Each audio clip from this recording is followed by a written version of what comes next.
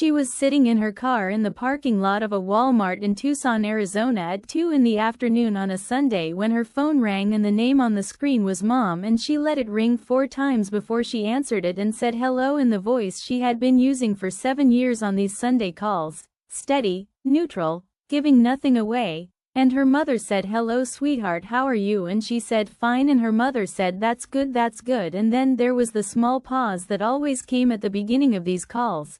The pause that felt like two people standing at opposite ends of a very long bridge deciding whether to walk toward each other or turn around. And into that pause her mother said, "I need to talk to you about something," and something in the way she said it, not the words but the weight underneath the words, the particular quality of quiet that surrounded them, made 32-year-old Rachel Ann Mercer grip the steering wheel with her left hand even though the car was parked and the engine was off and she was going nowhere, and said, "What is it, Mom?" And her mother said, "I found the box, Rachel." And the world inside the car became very still.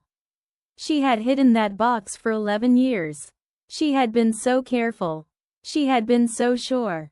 And now her mother had found it, and in 30 seconds everything Rachel had built on top of the secret that box contained was going to come apart, and she closed her eyes and thought, not with panic, not with grief, but with the cold clear precision of someone who has been waiting for a specific thing to happen for a very long time. She thought, this is the day then. Okay, this is the day. To understand what the box meant you have to understand who Rachel Mercer was before the box existed. Which means you have to go back to a town called Millhaven in the hill country of central Texas, a town of 11,000 people where the summers lasted too long and everybody knew everybody's business, and the worst thing you could be was the kind of person people talked about. Rachel grew up on Creekside Drive in a 3-bedroom house with a large pecan tree in the front yard and a mother named Gloria and a father named Ted and a younger sister named Becca, and a life that from the outside looked exactly like what a life in Millhaven was supposed to look like. Church on Sundays, dinner at 6, good grades, good manners, the careful performance of normalcy that small towns require of their residents the way employers require uniforms. Not because the uniform reflects who you are but because the uniform tells everyone around you what category to put you in. Rachel was good at the performance. She was, in fact, exceptional at it.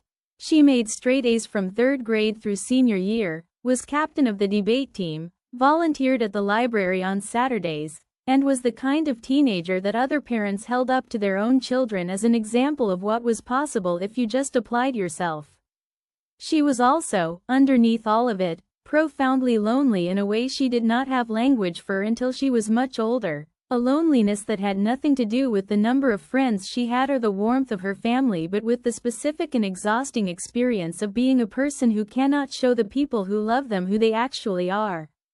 Psychologists call this kind of sustained concealment identity suppression, and the research on what it does to a person over time is significant and sobering. When a person spends years, sometimes decades, hiding a core part of their identity from the people closest to them, the psychological cost is not abstract.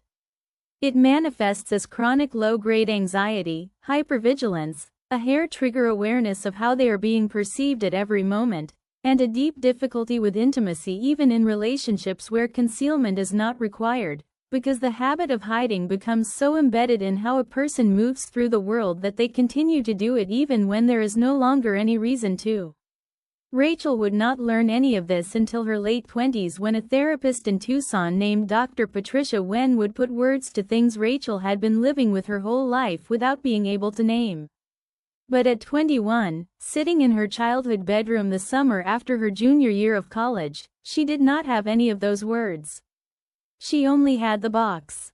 The box was a shoebox, a blue Nike shoebox that had once held a pair of running shoes she bought in her sophomore year of college, and inside it were the following things: 47 handwritten letters, a strip of 4 photo booth photographs, 2 ticket stubs from a movie theater in Austin, a pressed wildflower that had gone pale and papery with age, a silver bracelet with a small star charm, and a journal with a green cloth cover that she had filled completely from front to back over the course of 14 months.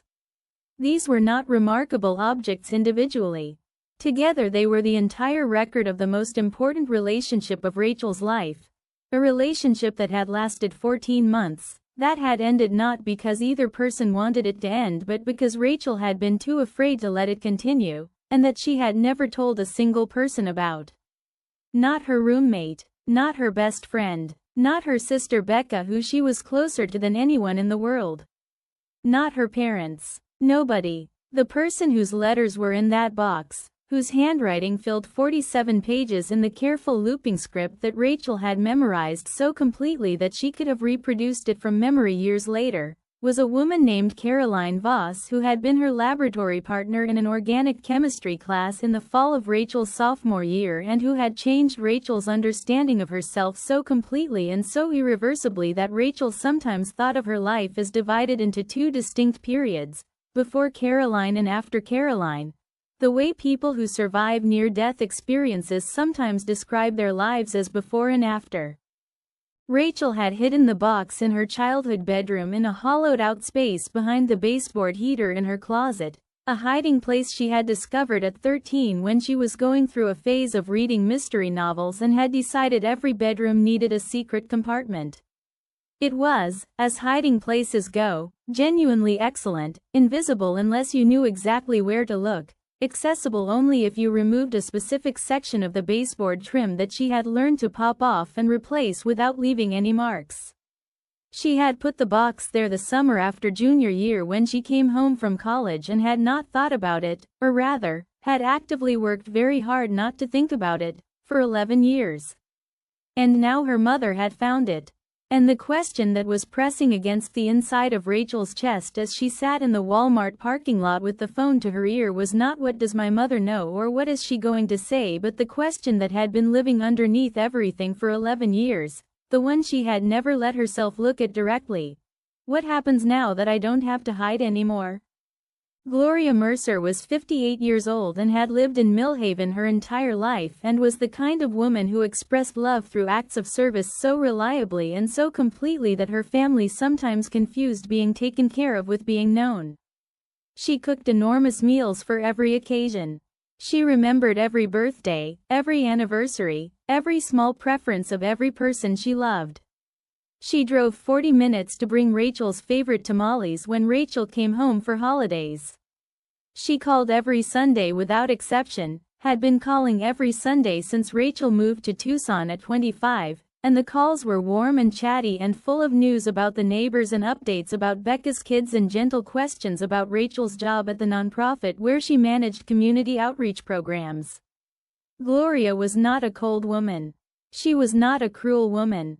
She was a woman of her generation and her community and her faith, a woman who had grown up being taught that certain things were outside the boundaries of what was acceptable, who had absorbed those teachings so deeply that they had become not beliefs she held but air she breathed, and who had never, as far as Rachel knew, as far as Rachel had ever been able to tell in 32 years of careful observation, been given any reason to question them because nobody in her life had ever required her to. This is what psychologists call an untested belief system, a set of convictions that a person holds with great certainty not because they have examined them and found them sound but because they have never encountered circumstances that demanded examination. Gloria's love for her daughter was real and large and genuine. What Rachel had never been able to determine, what she had spent 11 years not determining, carefully, deliberately, by maintaining a distance that looked like independence, was whether that love was the kind that could survive contact with a truth that challenged the untested beliefs. This is the question at the center of every story like Rachel's, and it is asked in 1,000 different ways by 1,000 different people in 1,000 different parking lots and kitchens and bedrooms and therapists' offices, and the answer is never available in advance, which is the cruelest part of it. You cannot know until you know. And Rachel had chosen, for 11 years, not to know. Caroline Voss had grown up in Portland, Oregon and had arrived at the University of Texas in Austin with a second-hand bicycle, a collection of geology textbooks, and the easy self-possession of someone who had grown up in a city that offered enough variety of human experience that she had never been required to shrink herself to fit a category. She was not dramatic about who she was. She did not make announcements. She simply was who she was with a quietness and completeness that Rachel, who had spent her entire life carefully managing every impression she made, found so foreign and so magnetic that she could not stop thinking about it after their first lab session. They became friends first, genuinely, easily, with the natural momentum of two people who discover they find the same things funny and interesting and worth discussing for hours. They studied together, ate lunch together, went to the farmer's market on weekend mornings together.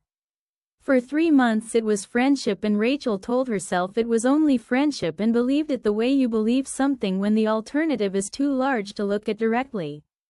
The afternoon it became something else was a Saturday in January when it was raining in Austin the way it rains there in winter, suddenly and completely, as if the sky had been holding back, and they were in Caroline's apartment studying for midterms, and Caroline said something that made Rachel laugh so hard she spilled her coffee, and Caroline handed her paper towels and their hands touched and neither of them moved away, and Caroline looked at Rachel for a moment with an expression that was entirely honest and entirely still and said quietly, "Is this okay?" and Rachel, who had never in her life answered that question honestly, said yes. The 14 months that followed were the most fully alive Rachel had ever felt. This is not a romantic exaggeration, it is a clinical description of what happens when a person who has been suppressing a core part of their identity stops suppressing it. The research on this is consistent.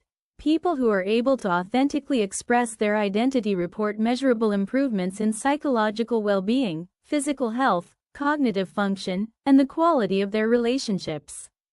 Rachel felt all of this.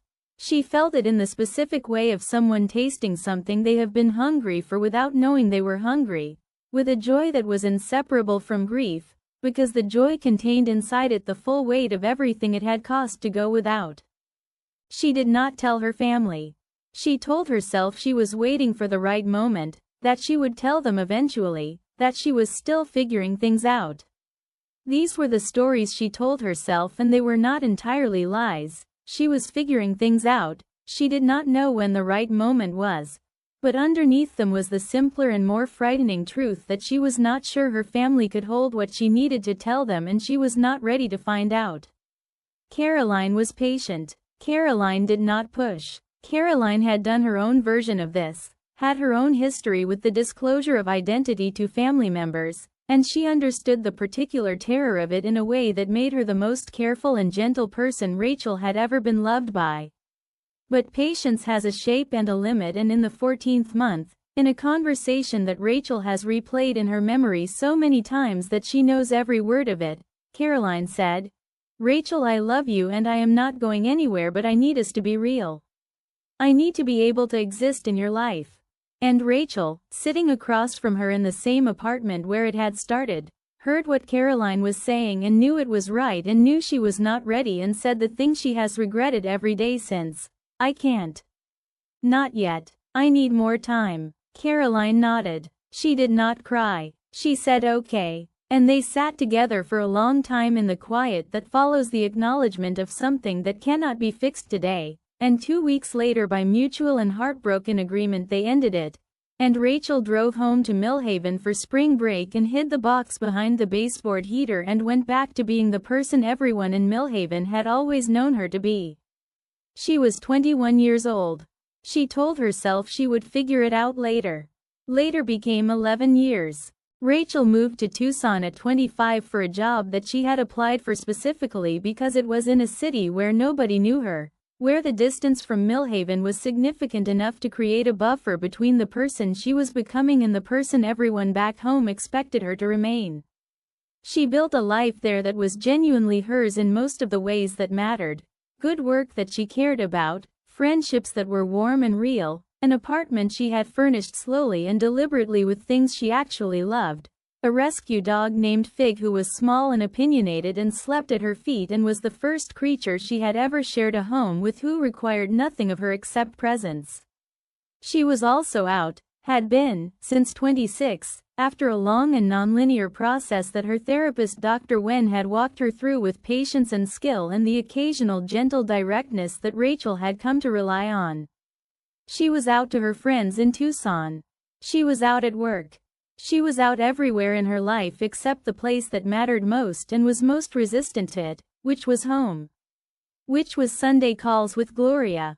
Which was Millhaven and Creekside Drive and the pecan tree in the front yard and her father Ted and her sister Becca and the family that she loved and that loved her and that she had been protecting, for 11 years, from a truth that she had never been entirely sure they could hold. She had come close to telling them twice. The first time was Thanksgiving when she was 28. She had driven home with a plan, a rehearsed speech, a determined clarity that had lasted exactly until she pulled into the driveway and saw the lights on in the kitchen and her mother moving past the window and felt the plan dissolve into something she could not do that day, not today, maybe next time. The second time was her 30th birthday when Becca had called her and said, "Rachel, I feel like there is something you're not telling me and I need you to know that whatever it is I love you." And Rachel had sat on the edge of her bed with her heart going and said, "Becca, and then had pulled back, had said, "I'm just stressed about work," and Becca had said, "Okay," gently, in a voice that said, "I don't entirely believe you but I am not going to push," and that gentleness had almost been harder to bear than pressure would have been. And then the years continued and the Sunday calls continued and the Christmases and the Thanksgivings and the careful maintenance of the version of herself that Millhaven knew, and the box sat behind the baseboard heater gathering 11 years of dust. And Rachel told herself she was waiting for the right moment and the right moment did not come because the right moment in situations like this does not come. It arrives, always, in the form of something unexpected, something that removes the waiting as an option. Something like a mother calling on a Sunday to say, "I found the box, Rachel." She sat in the car for 4 minutes after her mother said those 5 words and neither of them spoke. Gloria did not fill the silence with reassurance or accusation. She simply waited, the way she had always waited when she sensed that Rachel needed space to get to wherever she was going. The same patience she had shown when Rachel was 12 and struggling to tell her that she had broken a window playing soccer. The same patience she had shown 100 times over 32 years in 100 small moments that Rachel had never thought to count but that now arrived in her memory all at once, a catalogue of evidence that her mother had always been willing to wait for her. When Rachel finally spoke she said, "Mom, I can explain," and Gloria said, "Rachel, honey, I have been sitting with this box for 2 days and I think I already understand most of it and what I want to know." Her voice was very careful, very controlled, moving at the pace of someone who is afraid that if they move too fast they will say the wrong thing. "What I want to know is why you felt like you couldn't tell me. Not what is in the box. I can see what is in the box. I want to know why you thought you had to hide it."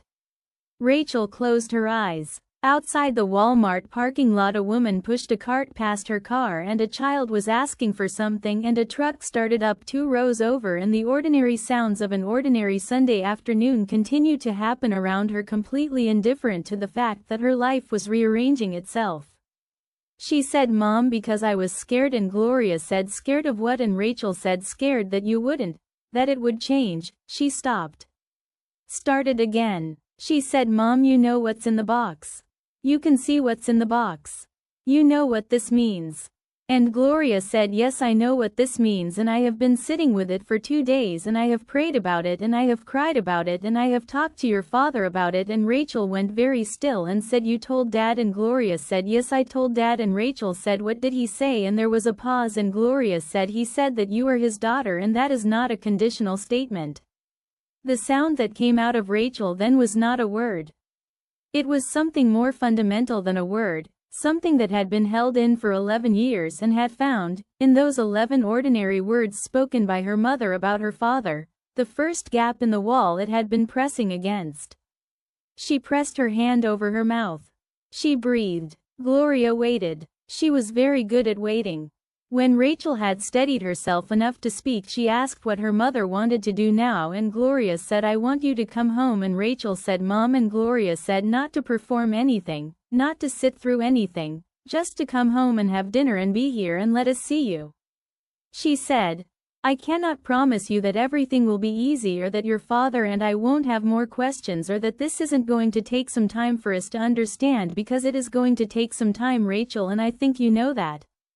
But I can promise you that you are our daughter first and everything else second, and I need you to believe that, even though I know I have not always given you reasons to believe it, and I am sorry for that.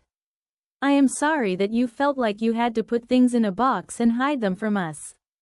That is something I have been sitting with for 2 days also, and I want you to know that I understand that we made that feel necessary and that was not right. Rachel would think about that sentence for months afterward. I understand that we made that feel necessary, and what she would think about it was that it was the sentence she had been waiting 11 years to hear, not the permission or the acceptance which she had told herself was what she needed, but the acknowledgement that the hiding had not been weakness or cowardice on her part but a reasonable response to an environment that had communicated, in 1,000 small and largely unconscious ways, that certain truths were outside what it could hold. To have that acknowledged by the person who had created the environment was something she did not have adequate language for. Dr. Wen would later tell her that this kind of acknowledgement, what therapists call validating repair, is one of the most powerful things one person can offer another in a rupture and repair cycle, and that it is made more powerful, not less, by the fact that it is imperfect, that it comes with the honest acknowledgement that more questions are coming and more time is needed, because that honesty is itself a form of respect. Rachel did not know any of this sitting in the Walmart parking lot. She only knew that her mother had said, I understand that we made that feel necessary, and that something had shifted in her chest in a way she was going to need a long time to fully understand. She drove to Millhaven the following Saturday. It was a 4-hour drive through the high desert of Arizona into New Mexico and then across the flat scrubland of West Texas that she had driven dozens of times over the years, always with a specific and complicated feeling that she had never been able to name precisely. A feeling compounded of homecoming and dread and love and the low-grade anticipatory exhaustion of preparing to be a slightly smaller version of yourself for 4 days. This time the feeling was different. Not absent. She was nervous in a way that she felt in her hands on the steering wheel and in the tightness across her shoulders, but different in its quality, the way the air is different before a storm than after one. Before a storm the tension is in the waiting. After it there is a different feeling, something that is not exactly relief but is related to it, the feeling of a thing that has been held back finally being allowed to move. She stopped at a gas station in Van Horn, Texas and bought a coffee and stood beside her car in the October afternoon and called Dr. Wen, who said, Rachel, how are you feeling? And she said, honestly, I don't know. And Dr. Wen said, that is an honest answer and that is a good place to start. She said, you are going home as the full version of yourself for the first time. That is significant. It is allowed to feel significant. Rachel said, what if it goes wrong? And Dr. Wen said, then we work with what happened and you come back here and we keep going, and that is not the worst thing. The worst thing was 11 more years in the parking lot. She was right. Rachel finished her coffee and got back in the car and drove east.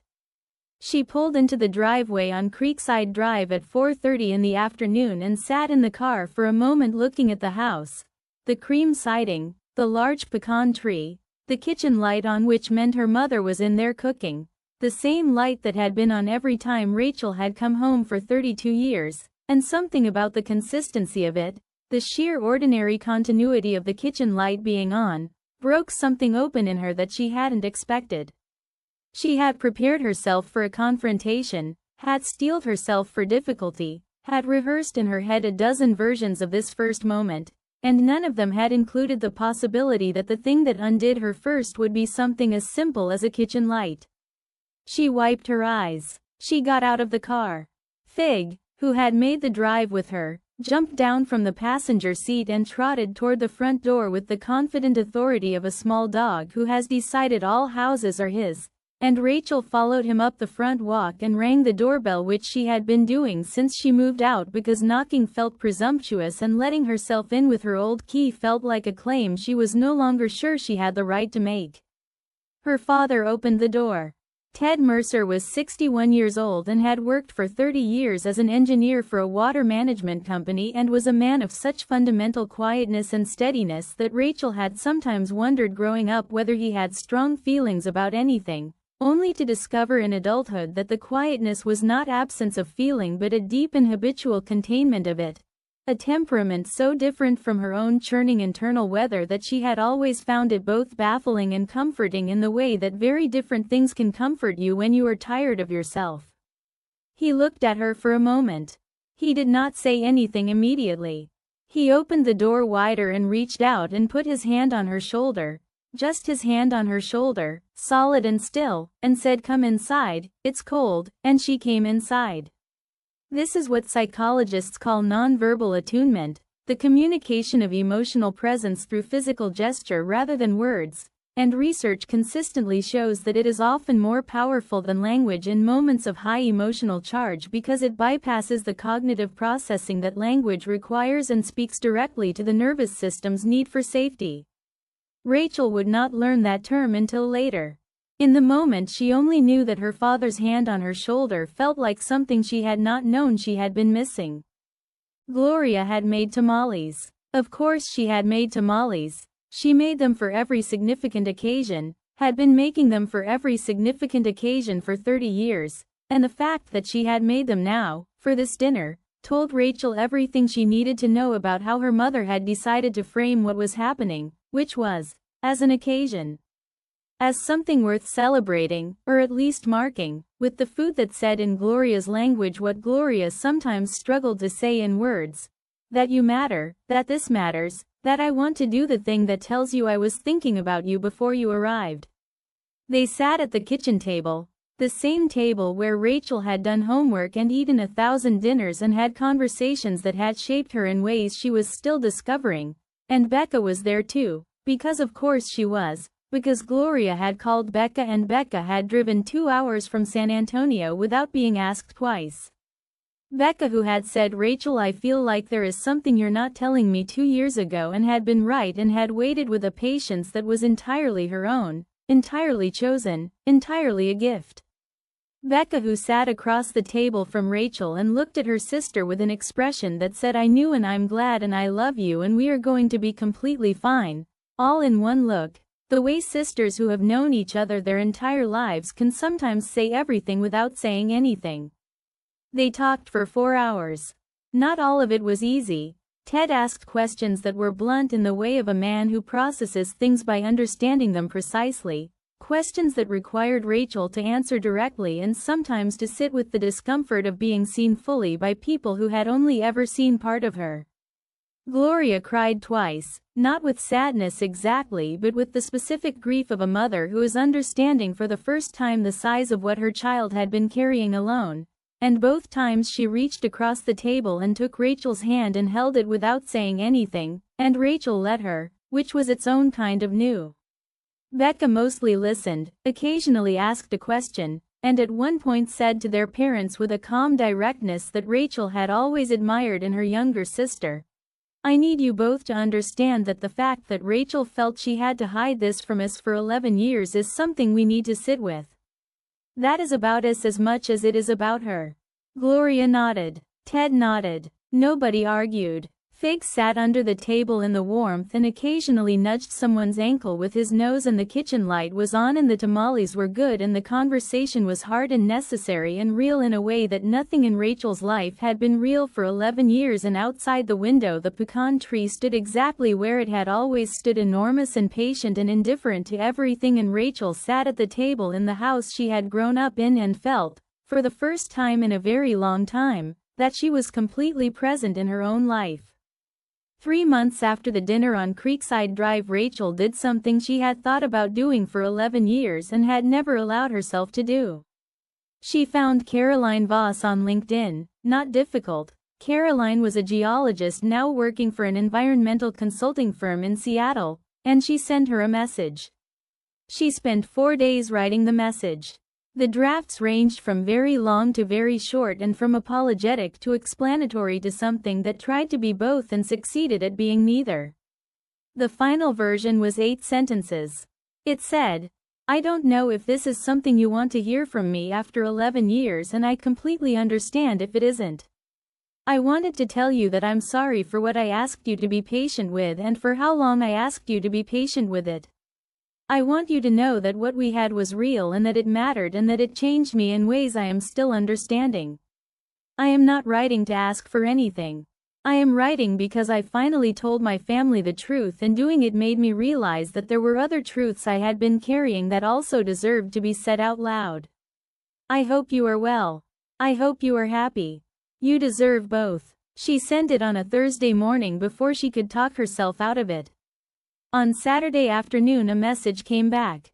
It was 4 sentences. It said, Rachel, thank you for this. I am well and I am happy. I have been with someone wonderful for 6 years and we have a dog named after a geologic era which I think would have made you laugh. I'm glad you told your family. She read it 3 times.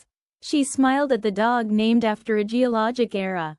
She thought about Caroline handing her paper towels in a rainy apartment in Austin and saying is this okay, and felt the memory arrive without the weight of regret it had always carried before, arriving instead as simply what it was. Something that had happened, something that had been real, something that had mattered, something that was finished and that she was grateful for.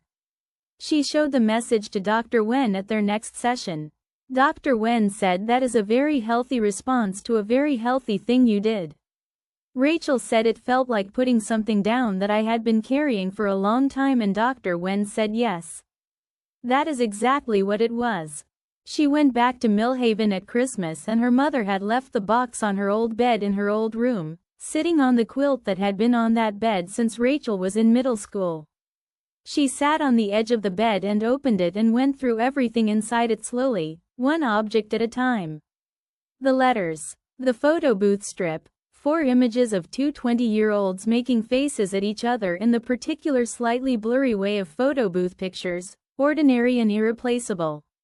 The ticket stubs, the pale pressed wildflower, the star bracelet, the green journal. She did not reread the journal. She did not need to. She remembered most of it, but she held it for a while and thought about the person who had written it, the 20-year-old who had felt more alive than she had ever felt and more terrified than she had ever felt at exactly the same time, and she felt toward that person not the frustration she had carried for years. Why didn't you just tell them? Why did you wait so long? But something closer to tenderness. The 20-year-old had done what she was able to do with what she had at the time. She had survived. She had found her way, slowly and imperfectly, and 11 years later than she might have, to a dinner table in Millhaven where the tamales were good and the conversation was hard and her father put his hand on her shoulder and the kitchen light was on. She had found her way there. That was not nothing. That was in fact quite a lot. She put everything back in the box. She carried it out to the living room where her parents and Becca were watching television and Fig was asleep on Ted's feet, which Ted was pretending to find annoying and clearly did not, and she set the box on the coffee table and sat down and her mother looked at the box and looked at her and Rachel said, I don't want to hide this anymore. I don't want to put it back. I want it to just be a box of things from my life that sits somewhere visible and doesn't have to mean anything except that it happened and it was real and I don't have to be ashamed of it. Gloria looked at the box for a moment. Then she got up and moved a small plant from the bookshelf beside the television and set the plant on the windowsill and put the box on the shelf where the plant had been. She stood back and looked at it.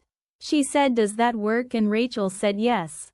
It worked. It was a shoebox on a shelf in a living room in Millhaven, Texas, and it had taken 11 years and 1 Sunday phone call and a 4-hour drive and a dinner that lasted longer than any dinner should, and a message to a geologist in Seattle and 100 sessions with Dr. Wen and a dog named Fig and a father who said you are my daughter and that is not a conditional statement and a mother who said I understand that we made that feel necessary. It had taken all of that, and it was a shoebox on a shelf and it was enough. She sat back down on the couch. Her father unmuted the television.